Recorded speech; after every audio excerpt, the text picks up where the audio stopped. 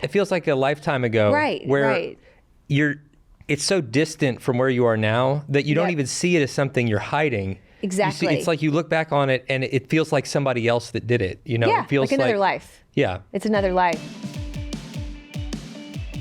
You guys, we're continuing in our series all about sex for 14 consecutive days. And today we're talking about a really important one that we get a lot of questions on. I know I've said that a lot, but this is one we do get a lot of questions on.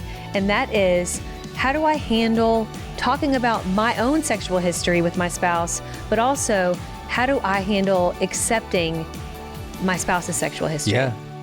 Yeah, this is so important, so complex. It's something that should happen. These conversations should happen before you're even married.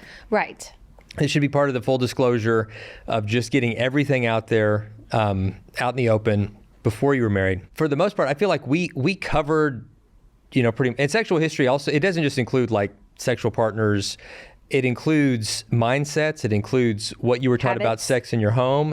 Expectations, insecurities. One aspect of sexual history that I'd failed to talk about was that I'd had a problem with pornography, and that's sexual history. I mean, that had programmed kind of the way I saw sex, and I'd withheld that from Ashley, which was really dishonest and cowardly of me, frankly. And we talked a lot about that in other episodes, so I won't turn this into a porn episode, but we need to talk about everything. I mean, first exposure, what our mindsets were related to it, if there was any abuse, if there were regrets, past relationships, all of it. How our parents talked about it. How our parents talked about it. And one aspect of sexual history, I don't think I've ever shared this on the podcast, and I don't think I shared this full story with Ashley even until... Well, I don't think you thought about it as sexual history. I didn't think about it as sexual history. It wasn't like you were trying to keep it from me.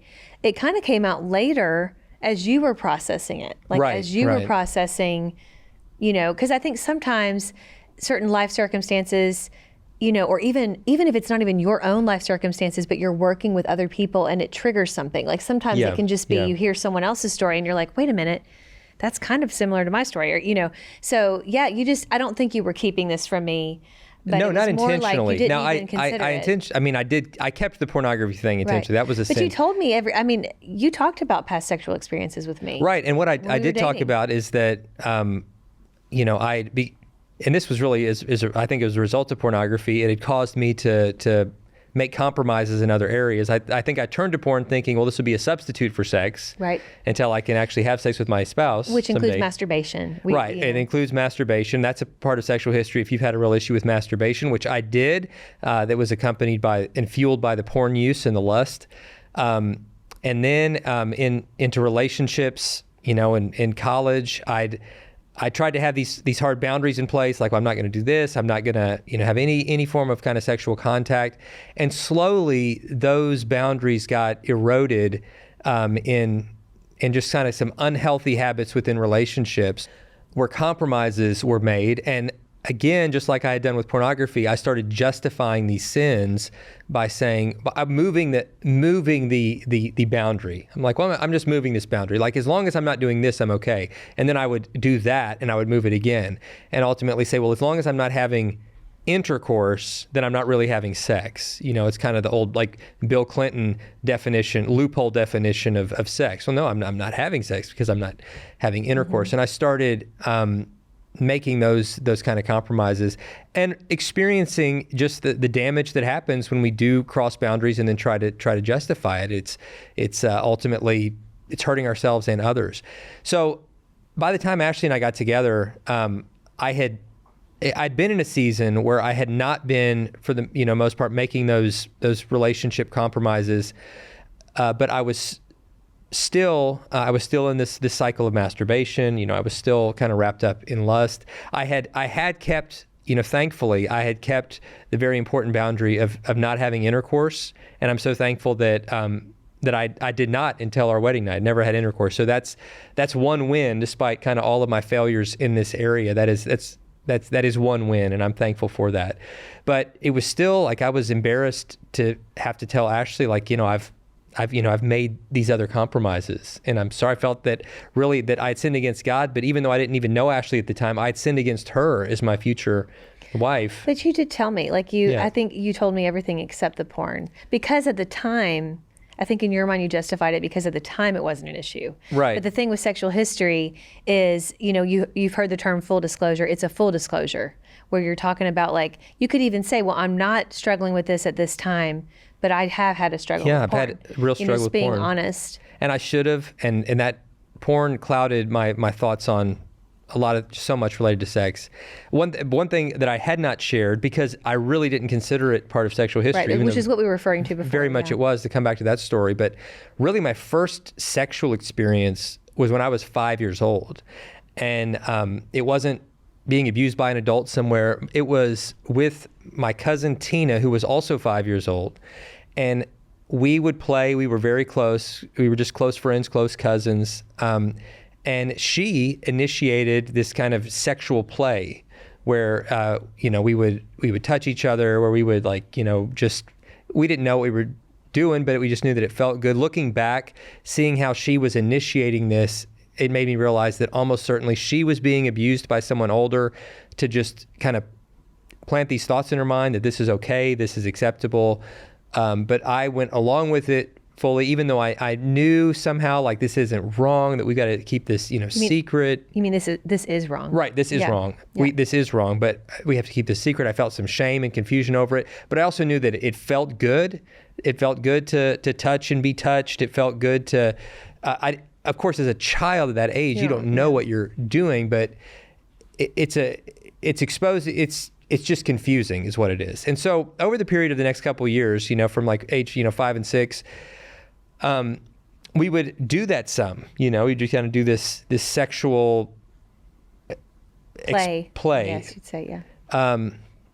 And then, to complicate things further and to really add an element of really deep tragedy into all this, when I was 6 or maybe just turning 7, Tina, my cousin Tina, and her dad, my uncle, tragically one day out on the water, they were on a boat, and she fell in, he jumped in after her, and they both drowned. And so I lost my cousin, one of my best friends, and I had all kinds of just deep and confusing, conflicting emotions. I missed her, I grieved her, I felt guilt, I felt survivor guilt, I felt shame over just what we had done. I felt this element of confusion and this kind of strange bond to her as, which any sort of sexual contact kind of creates that extra layer of bond and ties. And I'm just a small child trying to process all of this and not really knowing how to process all of this. And that was all so in my distant past that, when I'm talking to Ashley about relationships and mistakes, it didn't even enter my mind. I mean, I think she probably knew about Tina because that story is such a part of the family narrative, this collective trauma of losing them and how it really changed our whole family. My aunt, my surviving aunt, became a heroin addict, just trying to cope with the pain of that. And then she's out of prison and clean. And she ended up going to prison. But now a very joyful person, loves Jesus, has found a lot of healing. Mm-hmm. But there's just deep trauma there. And I didn't really process until much later, a deep trauma that I was carrying and never really knew how to process it, because as a child, you're not even really meant to process those kinds of feelings. Right. And so... You don't really have even a language for it. No, you don't have a language for it. Yeah, you don't have a context for it. Right. Right. It's... I mean, to be honest, we've talked all about faithful counseling, which now is betterhelp.com/nakedmarriage, who's been a sponsor of this podcast for many years. And you actually, because we want to make sure that whatever sponsors are on this podcast, that we have tried them out. And so you got a counselor through betterhelp.com. And, when she was asking about your story, this happened to come up. And you said this is years ago, that she really honed in on that and was like wanting to Yeah, she wanted to camp out there. And so like I started really processing it. And at the time... And that's when we talked about this a lot more. Well, because at the time, our youngest son, Chatham, was, he was 6. And so he was the age that I was, like when this was going on, and that, and then ultimately around the age that I was when she died. And I'm just looking at Chatham at 6 years old a couple years ago, and just so innocent and so like precious and full of life and stuff. And it was like she was having me kind of like look at my 6-year-old self kind of like through him, you know, like kind of what would you say. And I start seeing myself at that age and trying to really process it in that way of like, what would you say to this little kid? And all of a sudden, like all this sort of emotion and pent up feeling, it started coming out in unexpected ways. And we were talking too, just kind of like long-term ramifications of trauma. Because like one weird thing that came from all that is that I haven't been able to eat seafood since I was in first grade because, you know, I used to love fish and fish sticks and all that. But, you know, about a week or two after Tina died, my dad took me fishing and he was just trying to get my mind off of it. And so we're fishing and we catch this fish and then I wanted to just throw it back, but he was like, no, we're going to eat it. And so he, you know, he like cut its head and he cleaned it. You know, he did what you did with a fish. Prepared it. You know, he cut it up and cleaned it. And I'm just looking at this dead fish. We went home and we put it on the frying pan and fried it up. And seeing that dead fish and smelling it and it coming out of the water, and I'd now like associated water with death because it's where Tina had died. And something just like a switch flipped in my brain, and like I became like repulsed by seafood. It was like just the smell and taste and reminder of death. And as a kid, you'd think, well, yeah, I mean, kids make weird connections and correlations, and surely you'd outgrow that. But I'm telling you, I could not outgrow it. Like later on, I could say, oh yeah, that's silly. That's a silly thing. That was just a childhood, whatever. I'm going to try to eat seafood. I can't physically do it. Like there's something that changed in my brain that sees it as just inedible.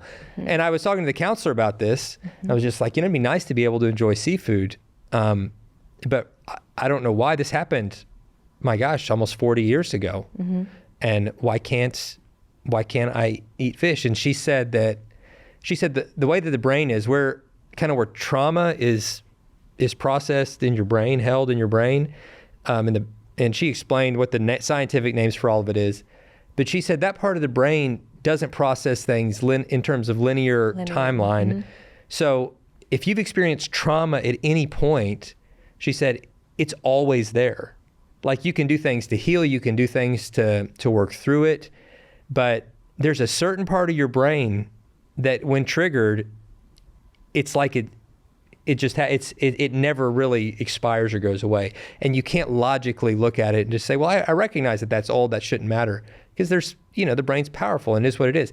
And so I share that kind of long drawn out narrative to say, if you've experienced any form of sexual trauma, whether it was from being abused, being in a relationship where maybe it was a consensual relationship, but there was certainly an element of you felt abuse, or you just feel regret. You know, I mean, I had regret over decisions I had made in relationships that even though, like, you know, you cross certain lines, I certainly did cross lines into sinful territory.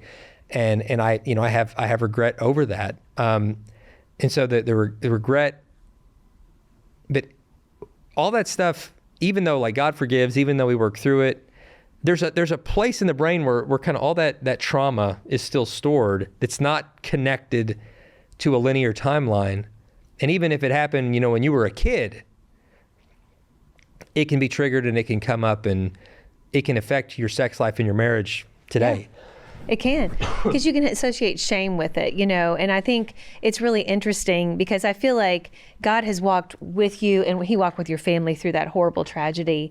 And, but then for you, it was even complicated because there was this sadness of losing your dear cousin and one of your best friends, but also shame associated with it because you knew something was wrong there, but you didn't even know why. Like at the time, you didn't know why, but you knew kind of in your spirit, this isn't right. and I don't know why we're doing this. I mean, it was confusing for you. Right. And I'm thinking like, well, was she punished for that? And then why wasn't I? Well, because as kids, that's what we try to make sense of things. Yeah. Yeah. And then you're thinking like, is she going to like haunt me because she's mad that I lived? Am I next? Yeah. Because we did the same thing. Right. So am I going to And then there's, like next? you said, survivor's guilt, like why her and not me? And I think too, I know that was a longer story, but we really felt compelled to share it because I think that a lot of us, we have trauma like that. Like maybe it's not the same kind of story or situation, but it's something where we really, in the deeper parts of our brain, it's there. And again, we talked a lot about through this series, renewing your mind. Like God can renew your mind 100%, but we still, on this earth, we will not be fully healed till we go to heaven. There's just certain elements that come with being a human being on this earth. Yeah. And so that doesn't mean that we have to walk in shame. In fact, that's why, we have Jesus, he doesn't want us to walk in shame. He wants us to walk in victory and freedom. And so we can have that. But I think where this comes into marriage is having compassion and having understanding and reassuring our spouse when they are triggered, like, listen, I love you. This is part of your story. You don't need to have any shame with this. Like, I'm here for you. Especially sexual abuse, like if it's at the hand of a parent or, this neighbor, or whoever it was, like just being a safe place where the spouse can share about it, because that's so hard. Those things are so hard to share. I mean, we've talked openly about this at EXO conferences, and I know several years back, with our Counterfeit Climax message, we talked about this. And when we were doing our meet and greet, we would have people come just weeping, saying, I was sexually abused and I never ever told my spouse. And I now feel like I need to, almost feeling guilty. And it's like, listen, don't feel guilty. You were traumatized. Yeah, you were a victim. You don't add guilt on top of don't add the guilt. trauma. Exactly. But don't keep this, like, I feel like, in marriage, we say this all the time, like, we are supposed to be burden bearers of one another, out of all human relationships. A husband and wife need to bear burdens together.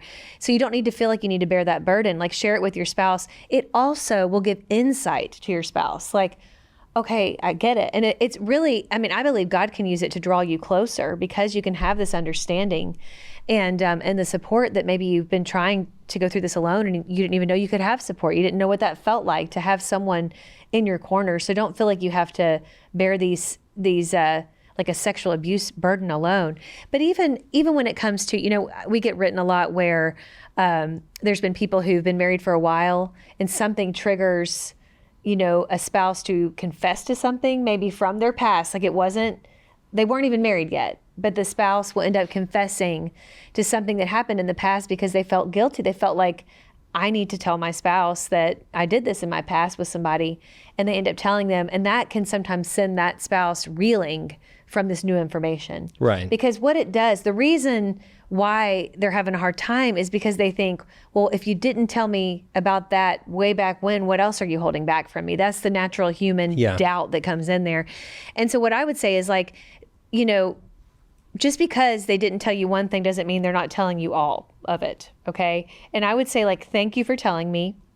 This is making me feel a little bit insecure because you waited, but I'm grateful that you told me now. I'm grateful that you're telling me now. And anytime you feel like, if you feel like there's any more that's with this, can you go ahead and tell me? Because I really want to trust you. And I really want to be able to have a thriving sex life, but this just rocks me a bit. I think it's okay if it rocks you a bit, right, sweetie? And being honest about that and saying, like, but I'm glad you told me. But, like, let's not punish our spouse for waiting, because I do think sometimes there are scenarios where it's just because maybe they had put it way back.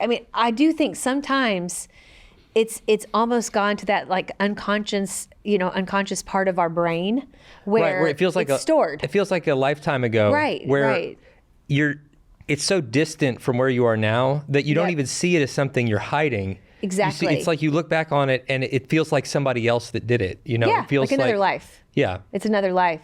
Especially those of us who maybe came to Christ later. It's like, you almost look at it as like my pre-Christian days. I hear people say that, like, before, when I was in darkness, or, this is just my past. But even so, let me tell you, those of you who are, like, engaged, or you're early in those newlywed days, go ahead and tell them, because you build trust the more that you reveal. I mean, you do. And it is hard. I mean, this stuff is hard. Like you talking about stuff with your cousin, that was hard. I mean, it's even now you recounting that story, you had tears in your eyes because it, like you said, trauma, I mean, it's there. And this is your family member. I mean, it's a big deal. And I think when we have children too, similar in that age, that's triggering. Yeah, that is because I just think about our little ones, and I mean, I think about our.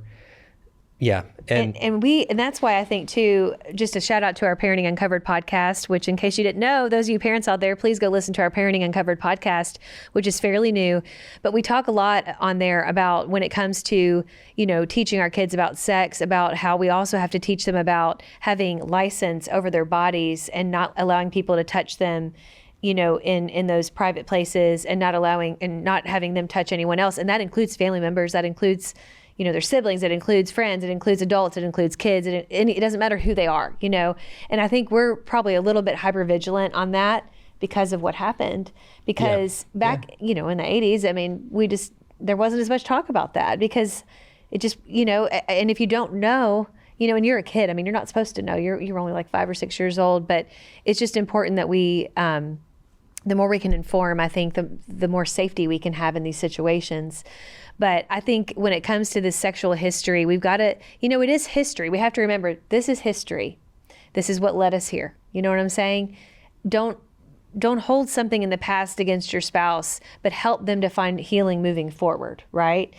And, the thing about it too, if they confess to some ongoing addiction, like a porn addiction, a sex addiction, you've got to get help. Like you got to get help. And yes, there needs to be boundaries in place. This doesn't mean like if they're, maybe sex addicted and that is part of their history, but it's moved into their presence. That's a whole other podcast. And we do have podcasts about this.